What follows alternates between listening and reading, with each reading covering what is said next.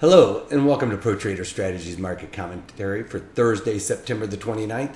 My name is Eric Wilkinson. Some of you may recognize me as the Wolfman from CNBC, Fox Business, or even the Wall Street Journal, where I've commented on everything from economic to geopolitical and market analysis.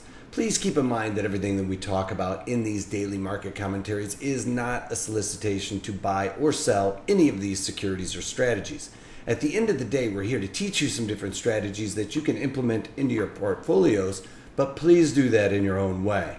The reason why I can't give you a recommendation on a particular stock or strategy is because I don't know your risk parameters. I don't know what's in your portfolios, and therefore what I'm doing could be counterintuitive to what you are already doing. Having that out of the way, let's get this on. We've got quite a bit of economic data being released today and several Fed governors speaking. We actually have Janet Yellen speaking today. She was testifying yesterday. We also have Forbes and Powell speaking as well. The other things we got on in regards to economic data points, we've got CPI, which is this consumer price index, and that really is an inflationary gauge that is really widely looked at by the Fed governors here and for the ECB over across the pond. Across the pond, this flash CPI number in Germany came in line right with expectation, just slightly higher by 0.1%, was expected to be unchanged. Spanish flash CPI came in line with expectations at 0.3, was expected to be 0.1. German unemployment actually changed a little bit and saw an increase of 1,000 unemployed. It was expected to be a cut by 5,000, I should say.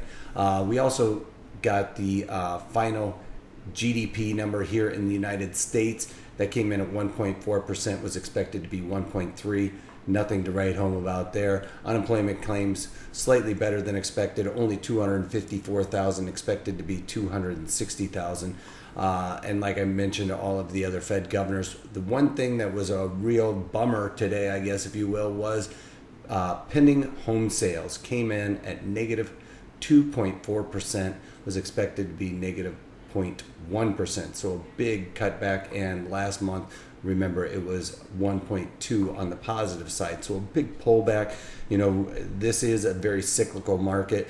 Usually in the summer times, throughout the United States, it is the time to sell your house. Fall and winter is the bad times to be trying to sell a house. Spring, going throughout the summer, is the best.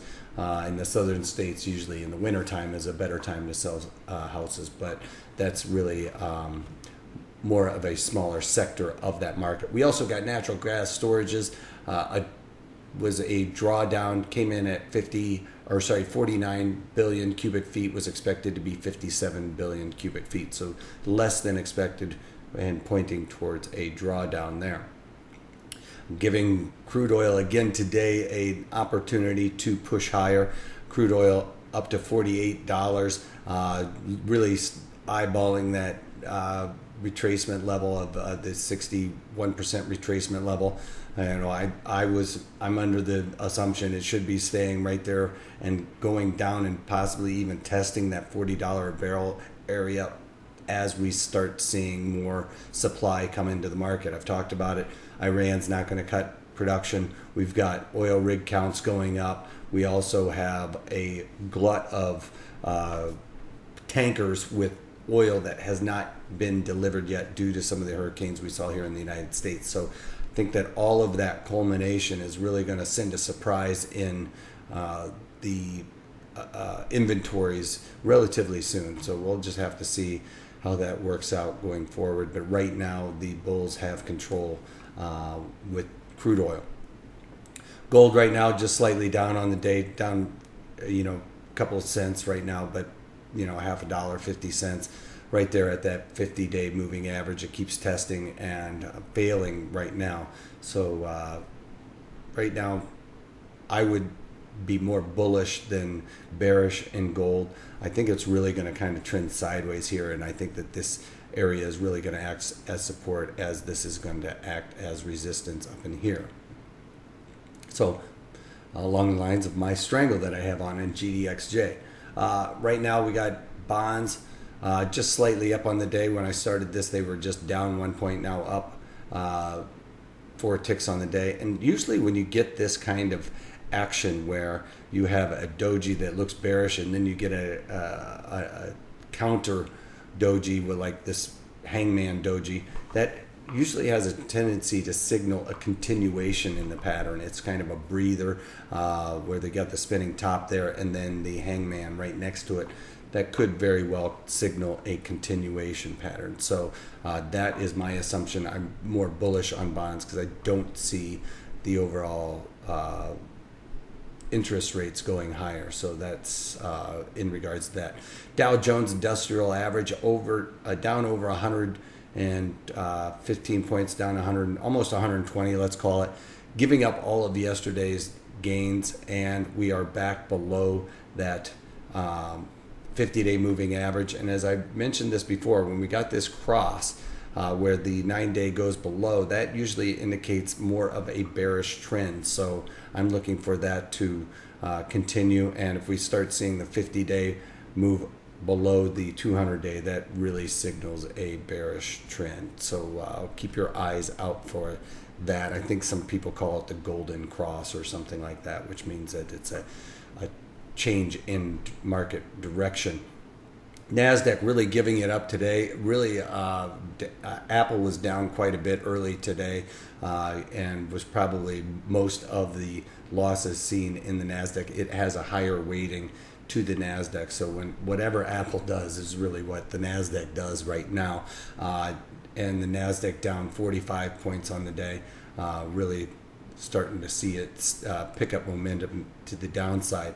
Again, here with the E-mini S&P, we can see giving up all of yesterday's gains and below the 50-day moving average. Again, a lot of bearishness, just in engulfing candles today on most of the equities, which is not good for the bulls. Here you go. We can see this accelerating right here on the 15-minute chart of the E-mini S&Ps. When I started this, we were testing this and just switched over 5 minutes ago.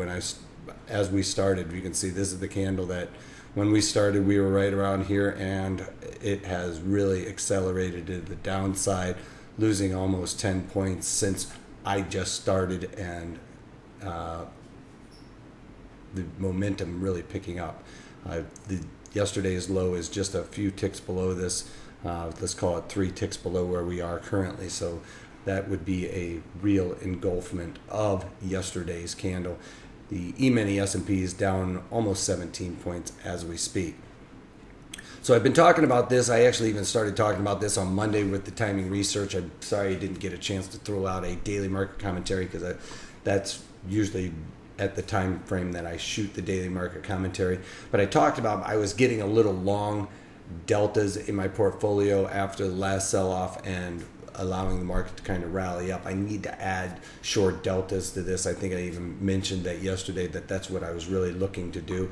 So that's what I've done today. And in AIG, I decided that I'm not bullish on the financials. The financials are going to get hurt if the overall economy doesn't pick up speed, which means that the Fed is not going to raise interest rates, which I don't think that they're going to do. We got a very, as a matter of fact, a very political FOMC committee. And another thing that just came out is Bernard donated money to Clinton. So that just shows you that there is some political bias with these different Fed governors. And when you're donating to one political party, that means that you cannot be unbiased in a sense. So these guys aren't going to raise interest rates, especially heading into an election. That's going to hurt the financials. And with AIG this morning, I went in there and did the November, bought the, I bought the 60 puts and sold the 55 puts to create that put spread. So I'm basically long a put spread, buying the 60 puts, selling the 55s to help finance it. And I paid $1.39 for that. So I'm looking for the financials to come off. Maybe not necessarily all the way to 55, but if I get it to start looking like it's wanting to cover this gap, that's when I'm going to cover that. So if it goes and touches 55, I'm going to be out on that strategy. Then with Adobe is picking up steam also to the downside. Just yesterday I started looking at it. It wasn't a very good topping pattern, but it did kind of go up and test and double top there. And today, as soon as it looked to confirm that and went below the previous day's low, yesterday's low, I implemented a put spread in there as well and went into the November, bought the 110 puts and sold the 105 puts to help finance that, and paid a total debit of $2. So again, looking for it to come down here, cover that gap. If it touches my 105 strike, I might cover it, which is not very much lower, but I would love to see it come down and cover that gap, which is just slightly below there. Thought about doing the 100 puts, but at the end of the day, they came out with really good earnings, so I'm kind of just looking for it to come down and cover this gap here before I start to look to cover that. That's going to be my ultimate goal, but if it comes down and tests this low, which is right there at the 105 area, I'll probably look to cover that as well. So those are my two goals. I'm just going to have to wait and see how it reacts at this level here. If it breaks below that too much, I'm probably going to hold on to it to cover this gap. All right, that's all I've got for you guys today as with regards to the markets. Friday's webinar is going to be a continuation of how to build synthetic portfolios. You don't have to spend all this money and going out and buying stocks and then try and lower basis. That is a margin hog, if you will. I'm going to show you how to create a poor man's covered call, which is basically a synthetic long position on an underlying, but we're going to be able to limit our downside risk if the market pulls back on that. It's going to cap our upside risk in a sense, but it's going to lower our overall basis and increase our probabilities of profit with that. All right, so go to protraderstrategies.com, sign up for that webinar. It's a really good one, especially for you guys that love to get long stocks. This is going to be less of a margin intensive type of strategy. So a little bit more margin intensive than just buying and selling put spreads or call spreads, but less margin intensive in regards to going out and buying stock and then trying to protect that stock. All right, so check that out at protraderstrategies.com, and if you can't take that, take it easy.